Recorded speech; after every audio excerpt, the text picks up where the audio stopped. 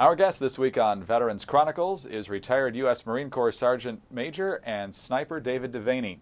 He's a veteran of Operations Iraqi Freedom and Enduring Freedom. And, sir, thank you very much for being with us. Thank you, sir. I should point out that Mr. Devaney is also the author of two books, Surviving Combat and They Were Heroes. And, sir, let's start where we always like to start. Where were you born and how did you decide to join the service? Okay, so I was born in Geneva, New York, and as I was growing up, things were, just that small town New York thing. And one day I ran by the recruiter's office and I said, you know what, I'm going to join the Marine Corps. So that was 1983. Spur of the moment, or was there something specific about the Marines that appealed to you? Just I wanted out, and that was a way out. And there was a friend, actually a guy that was a year behind me in school.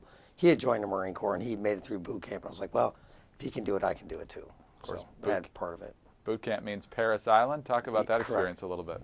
Yeah, Paris Island. It was a little struggle for me. I actually got through boot camp meal to meal.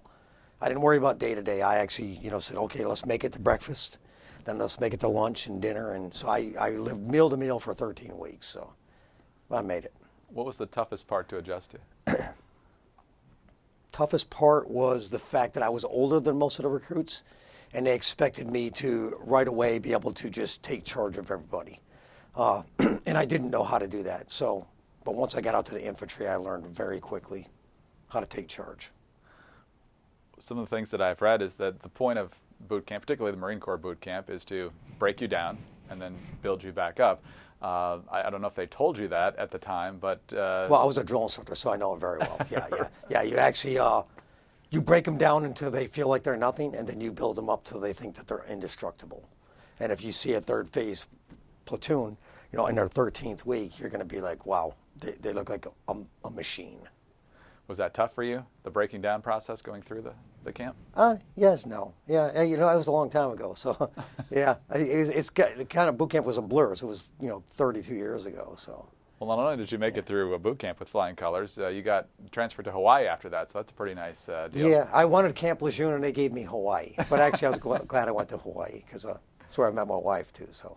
Perfect. Well, and also out there is where I believe you started to become trained extensively in sniping, correct? Correct. So after I did 2 deployments, one through the middle, through Asia, hit 13 countries in 6 months. So I was only in for a year, and I'd been all halfway around the world.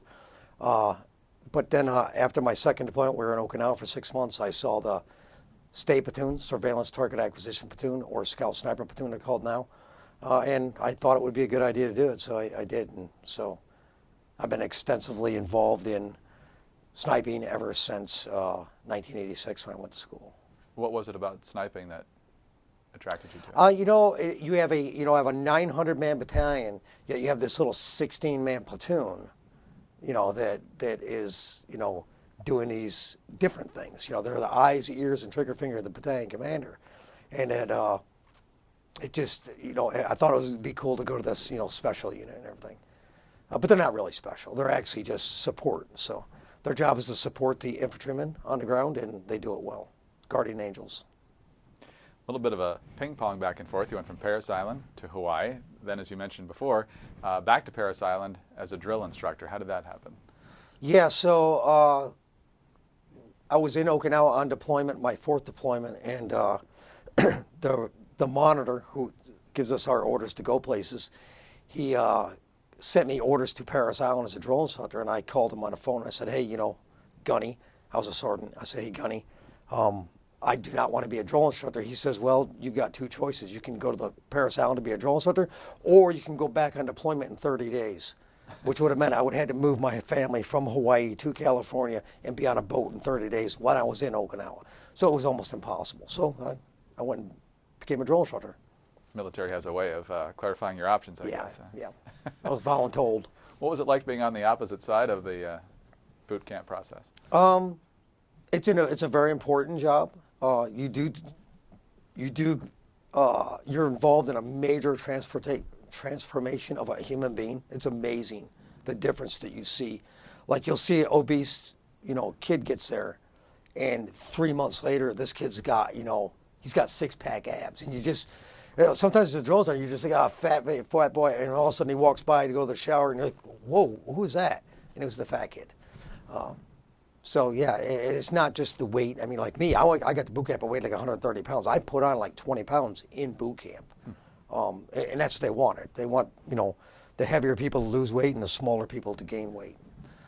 You mentioned by the end of 13 weeks, they are a fierce and fearless fighting unit. What point during that 13 weeks do you usually start to see the shift between somebody who's been there for a few weeks and is just completely overwhelmed and then gets it? So one of the biggest things is, at least this is how they did it back in the 80s when I was a drone sergeant, 80s and 90s. What they would do is you had a yellow flag, and that's what they use as their guide on their little, on a stick that they walk around with. And after the rifle range in second phase, if they do well, they can be awarded their red rag, the red flag. And at that point there, you will see a major transformation right there. And it takes a little bit of time. But I'm telling you, I mean, if you looked at, even if you look at a platoon is at 10 weeks, another one is at 13 weeks, there's a major difference. Those guys at that 13 week, I mean, the way that they march and slam their heels and just the way they move and talk and act, it's just amazing. And I was at 3rd Battalion, so anyone knows 3rd Battalion, Paris Highland knows that we taught them to talk, we do everything fast. So instead of saying "I, sir," they would say "Asa, asa." Everything they did so it was fast. It drove the other drill instructors crazy because they couldn't understand it, but we could. Yeah. So then you went back to Hawaii. Yes, sir. After that, and more sniper training. I did two more deployments as a scout sniper. I worked with the police, and I deployed with some special forces.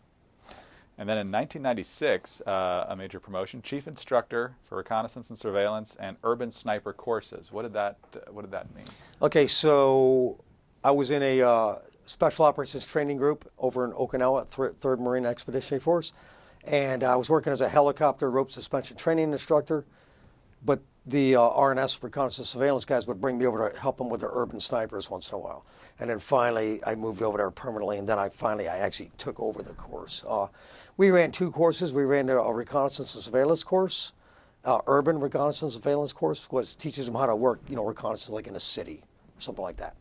And we also ran the urban sniper course, which is they're already scout snipers when they got to us. It was a dream job. They were already trained when we got them. But then we just fine-tuned them at close ranges and then quick shooting and assault firing, etc. We'll get to obviously your participation in Iraqi freedom in a little bit. What are the qualities that, in addition to marksmanship, obviously, that make a good sniper? Wow. I'd say for most people it's patience, although some people say I don't have much patience. But yeah, patience. I mean, there's times where you have to move very slowly or stay still for long periods of time, and you have to have discipline. There are actually times that back in the 90s in Hawaii, where I'd be on a radio for so long, out on a 10-day operation and never actually have a conversation with a human being. And literally I would call my wife and I would actually say over when I was done talking to get her to talk back. Because on a radio you always say over or out. Sure. And and it just, because you just weren't used to talking. But the amazing thing is you get out there with your partner and you start to know what they're thinking without even talking. And some people say that's not possible. It's absolutely possible. You start thinking, like the only time you really have a conversation is like, hey, should we go left or right? We have a little conversation about it and we move on. I don't know if that answers your question. Sure it does. Yeah. And we'll talk about that a little bit more as we get into the combat portion of your career. A couple minutes before we take our first break here, Sergeant, obviously your world, everybody's world changed on 9/11. Where were you when that happened, and what was your immediate reaction? Yeah, okay, so I was in the advanced staff non-commissioned officers course at Camp Pendleton. I was stationed at 29 Palms, California, but I was at Camp Pendleton for school. And my squad had to clean up that morning, so we had to go down and clean the only TV room in the whole barracks. We lived in open barracks. And so my squad was down there cleaning. So what was going on in California, we were 3 hours behind New York. So it's early morning. So, what's going on at 8 o'clock there was 5 o'clock there, but I'm on a cleanup. So literally I walked into the room and I saw that a plane had hit one of the towers. And we're like, what is going on? So we're kind of watching it, but kind of cleaning up because we got a job to do. And then I literally looked up and I saw the second plane hit. And then I pretty much knew that we had a problem.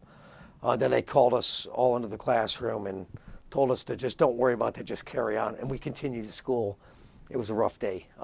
You don't want to see your family, 2 hours away, 2.5 hours away, and you're stuck there trying to learn. But we continued. That's where the training really comes in. Most people probably couldn't stay very focused in that situation. Right. But I'll tell you what, there were some good things that came out of 9/11. I'm going to tell you right now. And when I left California, or when I left 29 Palms, or as you were at Camp Pendleton, to 29 Palms for that weekend, to see all the American flags, like all through Yucca Valley and Joshua Tree. They're just American flags everywhere. And I love the American flag, so I like seeing it flying. Yeah, that was amazing. The unity and the patriotism was absolutely on full display. We've kind of lost that now. Certainly. And so what were your next orders prior to deployment between 9/11 and your first deployment? Okay, so at the time I was with Alpha Company, or Animal Company 17, 1st Battalion, 7th Marines, out of 29 Palms. So we got out of school, went back to our unit, and we knew we were going to, we pretty much knew we were going to war. So we went back and we started training and everything. And so I actually went on another deployment over to Okinawa and over to Asia after 9/11 without going to combat. But then we came back from that deployment. We knew almost immediately we were going to Iraq. So we downloaded, got rid of a bunch of Marines that were getting out, got a bunch of new ones in, trained them, and launched off to Kuwait first of the year. And how soon did you go in after the start of combat? Oh my God, we sat in Kuwait for almost 2 months, maybe more. I don't know. It was a long time, living in big old circus tents and sandstorms and dust storms, and sandstorms are undescribable. Unless you've been in a sandstorm or a dust storm sometimes, you have no idea how bad they are. You can't even breathe. But Sergeant, let's take a quick break. Sure. We'll be right back on Veterans Chronicles. Our guest is U.S. Marine Corps retired Sergeant Major David Devaney. We'll be right back. Welcome back. This is Veterans Chronicles. I'm Greg Corumbus. Honored to be joined today in studio by retired U.S. Marine Corps Sergeant Major David Devaney. He's the author of 2 books, Surviving Combat and They Were Heroes. And sir, we just left off before the break. You were stationed in Kuwait, ready to go in. What was it like to get those orders that you were about to cross that border? We couldn't. I and most Marines, we could not wait because we were sick and tired of waiting. So when we were sitting there at Camp Coyote and we saw all the UN trucks running the other way out of Iraq, we knew it was on. And then next thing you knew, we started getting the scud alerts and everything. At the time, though, we'd already left our base. We were up in a place called the dispersal area. So we were sitting for days up along the DMZ just doing absolutely nothing. So you had no heads, restrooms, latrines, whatever you want to call them. You had no shower, no nothing. So this already started, and we're already in our MOP suits, which is our for chemical warfare and all that. So, and we stayed in those for weeks, and yeah, we were pretty ripe. The march from Kuwait to Baghdad was obviously quite rapid. You mentioned before the break what it was like to survive a sandstorm. It was very well documented, the sandstorms that affected U.S. troops before getting to Baghdad. To what extent were you close or even involved in that? Oh, absolutely. In fact, it was the 25th of March, I believe is the exact date. I'm pretty sure it's exactly right. It was a beautiful morning. You heard birds chirping, which isn't all that common in the desert, but you heard birds chirping, and it's just a beautiful morning. And you look around, you clean your rifle, get yourself ready to move and everything. And we lined up getting ready to roll. And all of a sudden we looked up and we saw a wall it was just incredible. It looked like it was a half-mile high of this. You could see the storm actually coming at you. And it was just amazing. And it was so bad. We actually got into within minutes, I was sitting up in my troop commander hatch, and I knew the storm was coming, so I put on a surgical mask, and then I had a balaclava over that, and then I had a scarf over that, and then my goggles.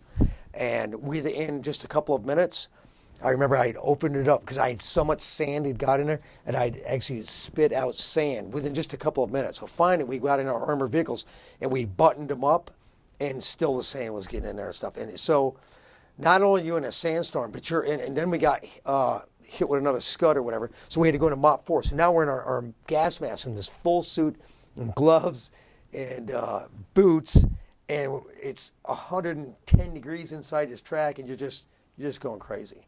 And then after that, then a rainstorm came in. So you had all that dust, and then we got soaking wet and just mud everywhere. It was just incredible. It was a terrible storm. How bad did it impact the equipment? Grinding up the gears and so forth. You know what? We rolled pretty good at that. We had to do a lot of cleaning of our weapons, obviously, and the major weapon systems on the vehicles. But I don't know if it causing any major problems. One of the biggest problems we had with the dust and sand is actually our pistol, our handgun magazines.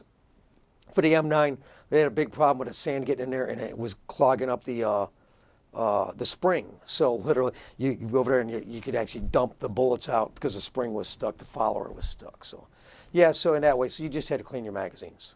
Some people learn it the hard way, though. The path to Baghdad continued. It was early April when Baghdad fell. At that point, what are you thinking about how quickly this is happening, what the next phase is, and that sort of thing? Well, I was amazed at how fast we were moving. It was just incredible the speed we were going. We got up to right outside of Baghdad, in a place called Al Rashid military complex. And at the time, my company, Alpha Animal 17, we were attached to 1st Tank Battalion with Lima 3-4. So Lima 3-4, 3rd Battalion, 4th Marines, and Animal Company, we fought not together, but right next to each other with the Tank Battalion. And probably the worst issue we had with the bad guys the whole war was when we got to the Ali River. And we got up there and the Iraqis had blown the bridge where we were going to cross 1st Tank Battalion. So probably about, as I remember, about 2/3 of the bridge was actually blown away. So we had to get ready. We had to fire these line charges, which is a huge charge filled with C4, and it blows up a line of things to move mines and all that stuff. And the whole road was mined. So anyway, that night was the roughest night we ever had. They started shooting RPGs at us like they were mortars. So literally, just all night long, you just had these rockets going up and exploding, blowing up the buildings all around you, and just glass crashing everywhere. And I was literally so tired that I was laying down on the other side of a track because the fire was coming from the other way, but it really didn't matter because it was just blowing up everything. But I was laying there, and one of my corpsmen came over and he says, First Sergeant, got to get up. They're bombing us. And I'm like, Doc, just leave me alone. I'm tired. I was so tired that I just didn't care anymore. Finally, I did get up. So we got up in the morning, and then they started hitting with artillery. So yeah, that about 24-hour period of time was probably the worst time we ever had with them throwing stuff at us. But once we crossed that river, it was whatever. So we got into the complex there, and we held up, and we attacked. So we attacked into the complex in one morning. Then we attacked the next part the next day. And then my CO, my commanding officer, walked up to me in the morning and he said, First Sergeant, hey, we're going into Baghdad. It's right there. We're going in. And I was like, oh my God, you mean we're not going to start them out or something? We're not going to wait? He goes, no, we're going in this morning. And I remember looking at the CO. I looked at him. I said, sir, hey, look around. Because all the Marines were surrounding us. We had about 270 Marines at that point. I said, look around. I said, watch, half of these kids will die today. He goes, I know, First Sergeant, but get them ready. So we went and got them ready, and we rolled in there, and I was wrong, thank God. But there were a lot of dumb people that didn't make it through the day. But then we moved into a place called the actually it was next to the Baghdad Zoo, the Martyrs. We called it the Martyrs Mall when we were there, which had like a Vietnam Wall, but for martyrs. So people who had killed Jews and Americans. It's the way they explained it to us. Anyone who had murdered Jews or Americans, their name went on this wall. And it was a circular wall. And it was amazing how many names were on there. I never really heard about that in the news media, but I was there. So that's the first I heard about it. David, let's take a quick break. We'll be right back and conclude our conversation here on Veterans Chronicles. Okay. Thanks for being with us this week on Veterans Chronicles. Honored to be joined in studio today by retired U.S. Marine Corps Sergeant Major David Devaney. He is also the author of 2 books, Surviving Combat and They Were Heroes. And Sergeant Devaney, when it comes to the run up to Baghdad, which as you mentioned was just so much faster than even you anticipated, what was the role for snipers at that point? Was it simply as part of the combat mission, since you're on the move so much? It's actually a really great question. We were moving so fast, scout snipers could not do what scout snipers normally do. So what they would do is they would roll up in one with it. When the division would stop, all the snipers would start getting into a defensive position. But we moved so fast. Traditionally, you want to get your snipers ahead of you to, use their eyes for information and their weapons for destroying. Now, a lot of people don't realize that we actually destroy more enemy with our radios than we do with our rifles. So, why shoot them when I can drop a bomb on them type concept. So, yeah, we do a lot of damage with our radios. And you don't give away your position. Right. So, yeah, until we got into,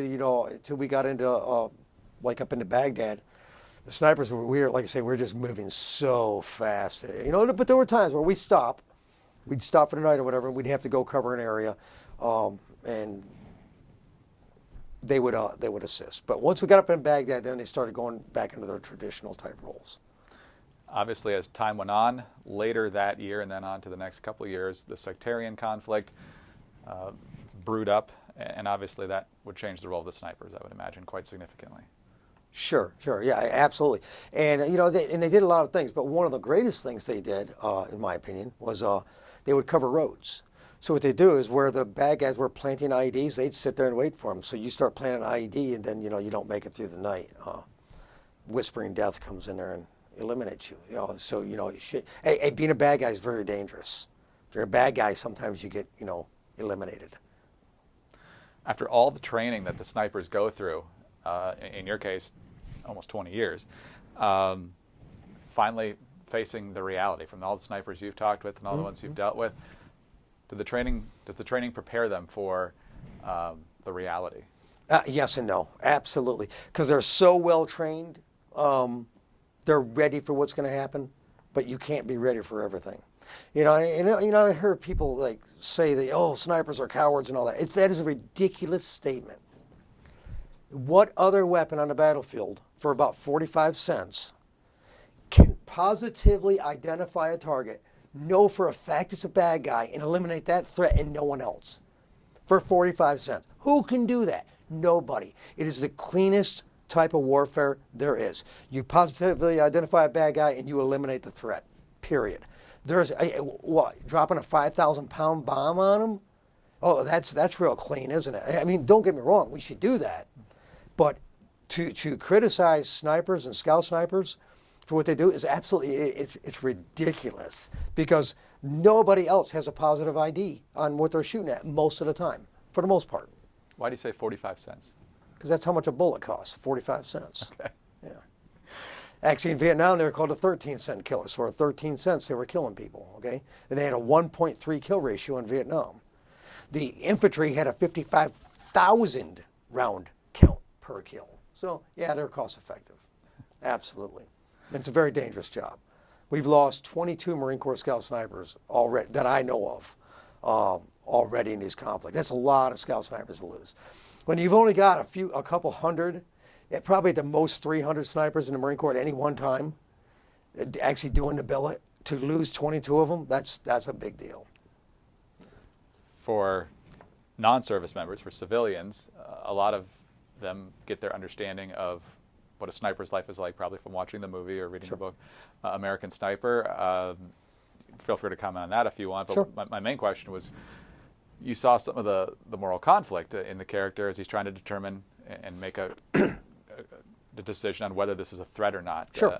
Just talk about the process that sniper Well, will go okay, through. so I teach combat psychology. I go around and give speeches about preparing people for combat, or sometimes when they come back and they have issues. Here's what I tell them. That person carrying an AK-47, their age and their sex is totally irrelevant. If someone's carrying a weapon, they're a threat, you kill them. I don't care if it's a 6-year-old girl or an 80-year-old man.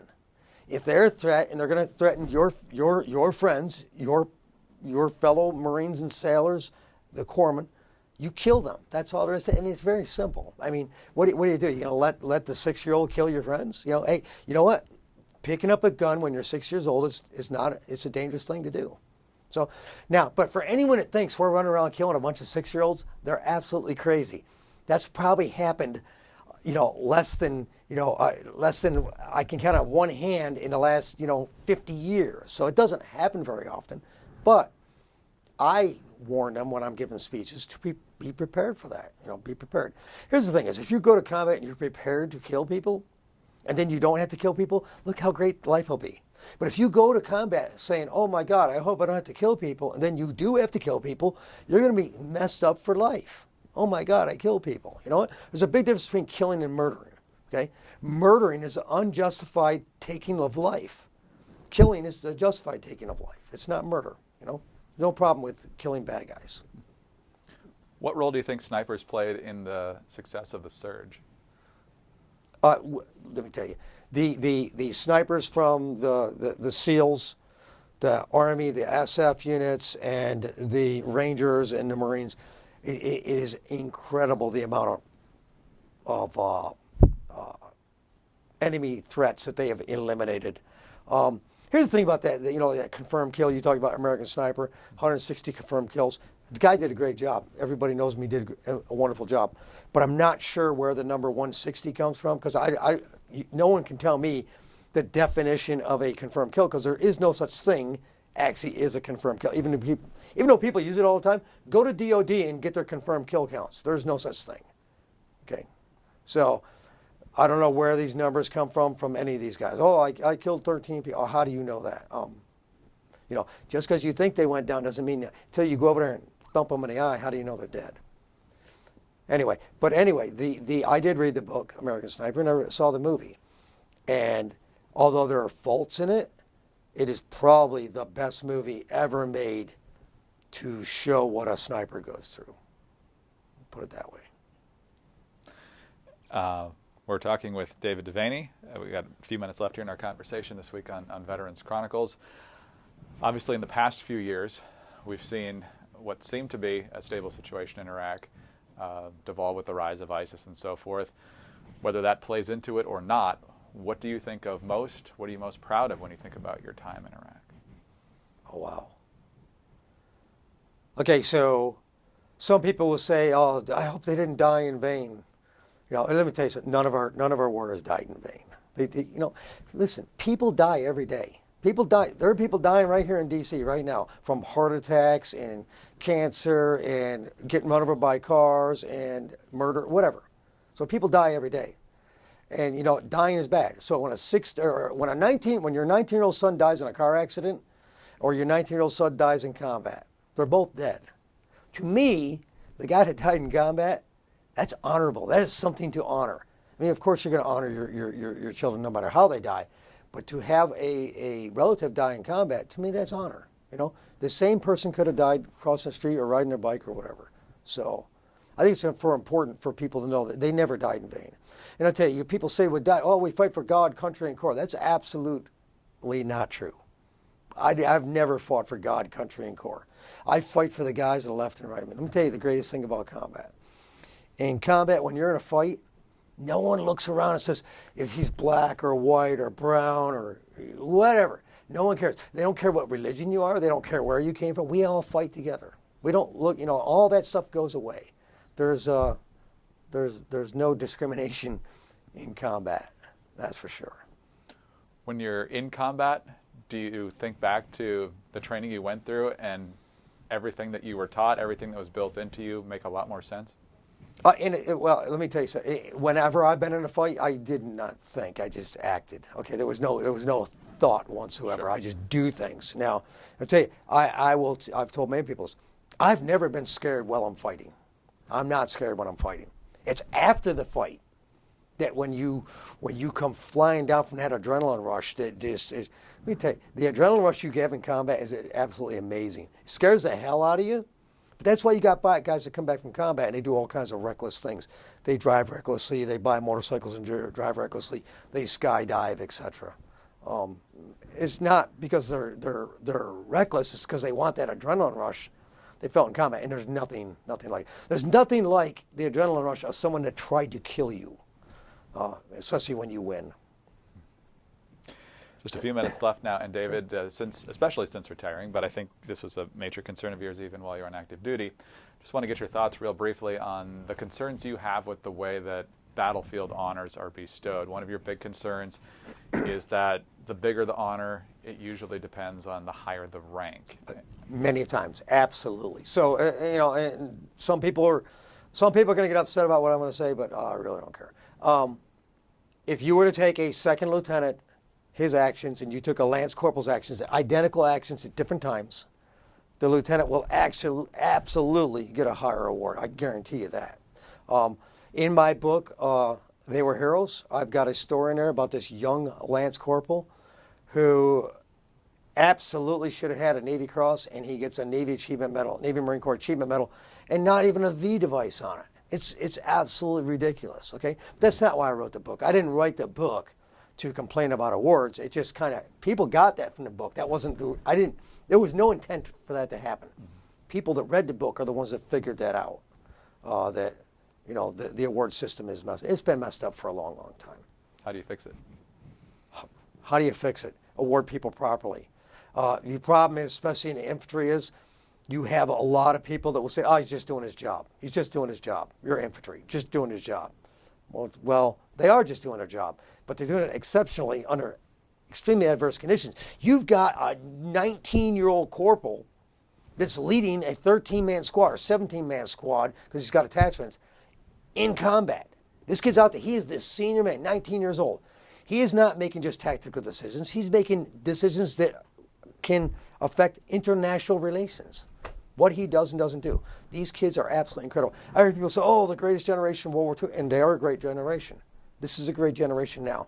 I always hear people say, you know what, go Google someday, kids these days. That statement. You always hear, oh, kids these days. That's a bunch of garbage. Since the Romans, people have been complaining about the disrespect of kids these days. So, I guess what? It's a bunch of garbage. Kids these days are great. Well, certainly the ones that serve so honorably. Another thing you mentioned is that a lot of times, whether or not a person receives an award that they're probably due, a battlefield honor that they're due, is based essentially on the writing quality of the person nominating them. Oh, absolutely. So if you've got this English major that writes the award, and then you got this whatever major, basket weaving, underwater basket weaving, and he doesn't know how to write, that this guy does, he knows how to flower things up, that'll make a big difference too. So yeah, but it's that way with everything in life though, everybody's got a boss that, can or cannot write or whatever, but it is an important point though. In addition to the point about some of the discrepancies in battlefield honors, tell our listeners, tell our viewers a little bit more about why you wrote the book and the message you wanted to get across about these heroes. Okay, so long story short, I was picked as an editor for the United States Naval Institute's Proceeding magazine. I did it for 2 years. While I was on breaks, I would tell stories about these great young heroes. And one day, the Naval Institute press main dude was in there, and he says, hey, why don't you write a book about them? So after him saying that for a few months, I went and I did the research for about 5 months. I spent about 5 months writing, basically a football season. And actually on the 11th year, 11th month, 11th day, 11th hour, 11th minute, I hit save for the very last time on my portion of the book. So on Veterans Day of 2011, 11, 11, 11, 11. So all the 11s I could, and I hit. Now I didn't intend for that to happen until that morning. I realized, hey, this is Veterans Day. So anyway, so I wrote the book to tell these stories of these kids. It's called They Were Heroes. I originally wrote it as heroes you've never heard of. Because I'm going to tell you, other than Dakota Meyer in my book, you've probably never heard of anybody in the book. But their deeds are just absolutely incredible. And about a third of my stories are actually about Navy corpsmen. We're just absolutely incredible. Sergeant, anything else you'd like to add about the Corps? Again, more perhaps about the generation that continues to serve, or even military challenges that face the country. Well, I deal with, so I'm retired, but I almost on a daily basis I'm dealing with former Marines that I served in combat with, and sometimes not, and police officers, etc. Because I know combat psychology very well. So people are always asking me for help. Surviving Combat book is restricted to military and police, but I give it out to them for free. I don't make any money on it because I think their lives are worth more than me making $1. So anyone that thinks authors get rich is okay, unless you're Tom Clancy, who's deceased, but unless you're that caliber, you don't really make much money selling books. The book company doesn't even make really that much money. Sergeant Major Devaney, thank you so much for your service. Thank you. Thank you for your time in studio with us today. God Right. bless you. Semper Fi. Semper Fi to you, sir. All right. David Devaney is a retired U.S. Marine Corps Sergeant Major, served in Operation Iraqi Freedom, multiple tours. He is the author of Surviving Combat and They Were Heroes. I'm Greg Corumbus reporting for Veterans Chronicles.